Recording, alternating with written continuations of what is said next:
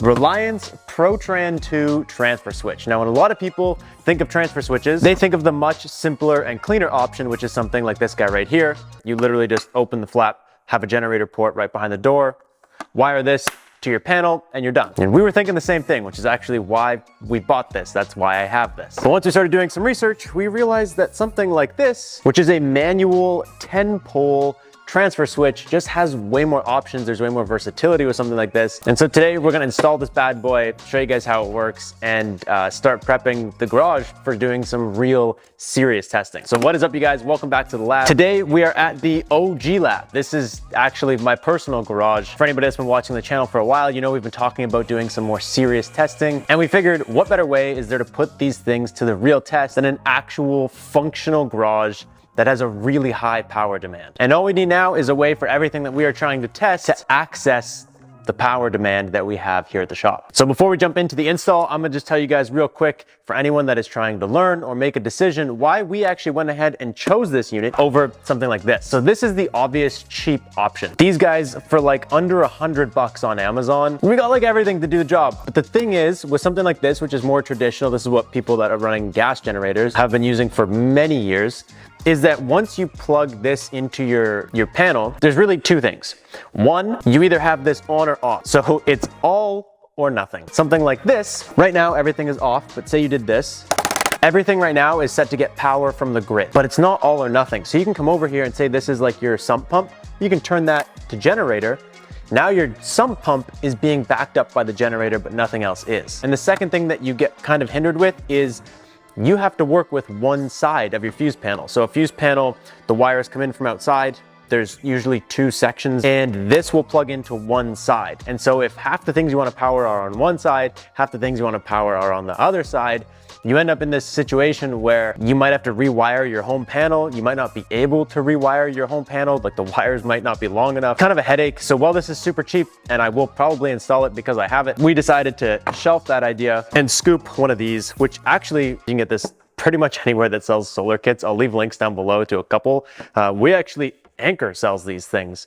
We actually got this in a kit with the F3800. And basically how this works is instead of just feeding power to your fuse panel, it pretty much interrupts the feed. So the wire coming out of your fuse in your panel powers your device. And what this does is it actually takes the power from the fuse, puts it through this unit, and then to the device. And then so inside this unit, you can choose, is it getting power from the grid like it normally would? Or are we going to interrupt that grid power and give it power from a generator? Something that I like about this, for example, like a practicality about this is I no longer work in this garage full time every day, but I still keep it heated. When it's winter, I want my cars to be warm. And when I come out here to do something, I want it to be warm. I don't want to walk out here, it's freezing cold. So what I really like is if I'm trying to save some money on my hydro bill, I already have a power station, I can leave the heater in my shop running on generator, but I can leave everything else on grid power. So if I only have an EcoFlow Delta Pro, it doesn't have enough power to run my hoist, but I only run my hoist like a couple times a month. I would still get to take advantage of all of the savings of not running my heater off of the grid, but when I come out here, I can just easily run my hoist off the grid. It did come with some jazz, came with this freaking huge cable. 50 amp plug on one side. We obviously got the socket which that plugs into, which goes into the transfer switch. Came with a little slinky conduit, as well as just some fittings to hook it up to the transfer switch. So this was the easy part, explaining it to you guys and showing it. The hard part is gonna be freaking putting it on the wall because my sub panel is kind of annoying. So to get started, I'm just on the hunt for open knockouts inside of this sub panel. I have to be pretty careful. I did go ahead and kill the power to the garage because the power that runs out to my garage runs through this wall right in this area where we're going to be trying to install this transfer switch. So there was a total of one knockout available in the sub panel. So I started by knocking that guy out, roughly mount up the transfer switch underneath, and thankfully with this thing centered underneath the sub panel, there's also a knockout that I'm going to be able to use. It just requires a little bit of cutting.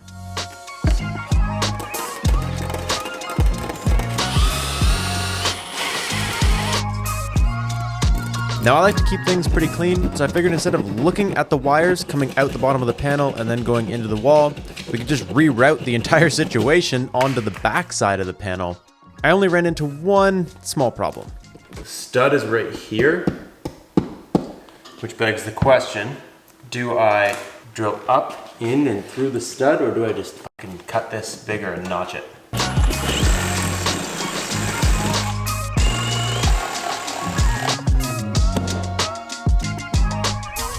This was a little bit hack, but we're actually in a really unique situation right now where we get to make sure everything we do when we wire this transfer switch in is visually perfect. So the last thing we got to do, actually, before we wire any of this up, which is coming a lot quicker than I thought it would, is basically just reroute this gob of wires out the back hole instead of the butt hole, because I mean, I just want it to look dialed.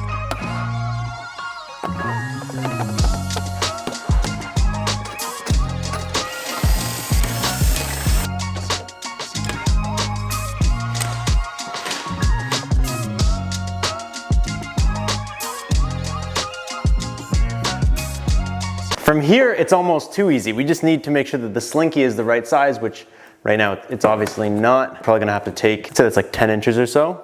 That's pretty big. It's a pretty big amount that we're gonna cut off.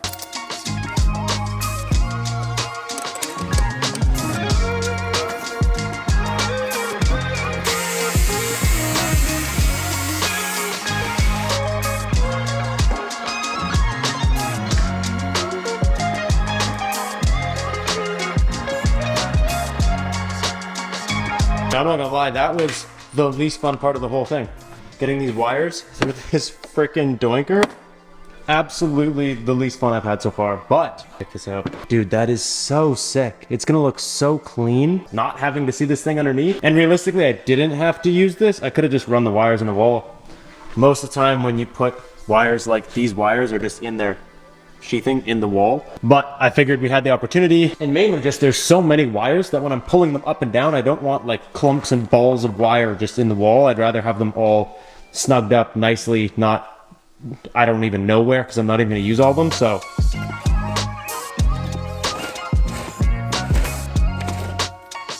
now that I got the nest of wires up into the sub panel, I went ahead and made sure that my clamp nuts were tight.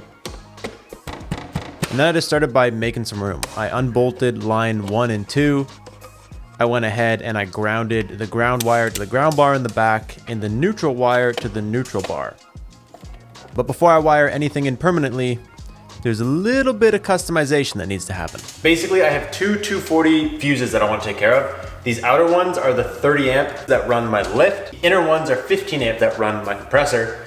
So we're gonna start with A and B, I guess, because that's a 30 amp. And then what we're actually gonna do here is, because this is the other 240 or double pole right now, 20 amps, you can actually unthread this from the generator switch and move it around.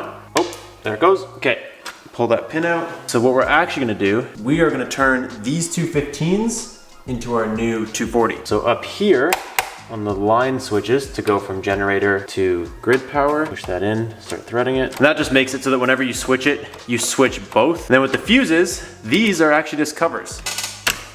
There you go. And now you have two individual 20s. This is literally just a cover. These little guys on the back just stick into the holes on the sides. And now that I know how it goes together, I'm just gonna bend those tabs back a bit. There you go. Now we have a 240 15 amp. And when it comes to wiring, you can see that all the wires have letters on them that correspond with the letters inside of the transfer switch.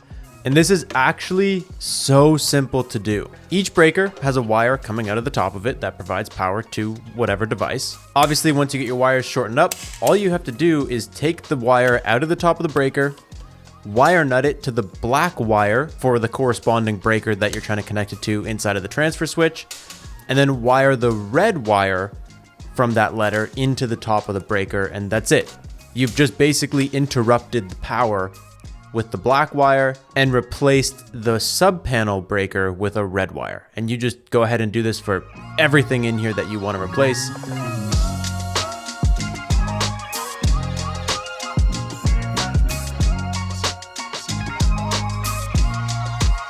Oh, dude, I'm not gonna lie, this is obviously nobody's dream sub panel. That's a fact. But Considering that I even bunched up, like this is all just a bunch of the extra wires, and this is also just a bunch of extra wires. So considering that we didn't use the full panel, I have a bunch of stuff bundled up in there. I am actually pretty impressed.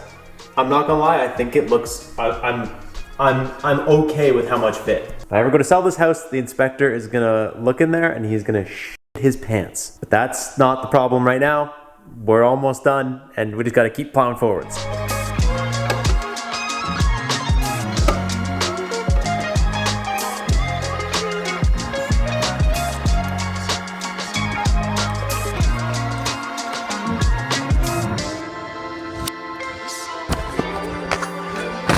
Okay, nothing's on fire, which is a good start. This is honestly a little bit exciting, not gonna lie. I have done a lot of things in my life.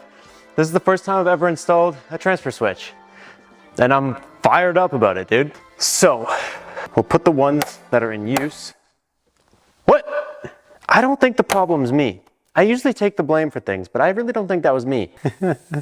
What the fuck? I didn't mess that up. E and F do not mix up with G and I. For some reason, previous owner of this house, he was very old, had this wired up, sockets on the walls, and the lights as a 240. This problem is not your problem. This is a problem with my house and its weird ass wiring, which I will fix. The point of what we need to do today is we've determined that the line power works. That's good news. We're gonna need an adapter. We're gonna need a Delta Pro. This goes upside down like this. So now, this is for some reason doing lights. Now it's off. Now it's on generator. It is not on. Oh, these aren't on. Ha ha ha! Nailed it. So this is obviously way more practical in like an emergency backup situation. If you had everything running off the grid like it is right now, and then all of a sudden the grid goes ahead, has a power outage, and this is like your well pump, you can come out here and just flick this tab from line to generator. Your well pump is back in action and you're good to go. That is like the practical use of it, which is really cool. And for me, like I said, I'm actually gonna use this for like peak shaving on top of just testing units and really pushing them, which I would love to get started on doing right now. But unfortunately, this video was just about installing the transfer switch and making sure that we are ready for all of the future testing videos, which we almost are. Once I figure out why the garage is wired so weirdly, we will be there. Like I said, I will leave some links to this exact one down below. If you're not already subscribed, make sure you're subscribed because we are about to put some of these power stations through the absolute ringer in here. So that is all I got for you guys. Thank you guys so much for watching. Get one of these. It's actually worth the more money than the cheap one. The versatility is insane. I will catch you guys next time. Peace out and stay charged.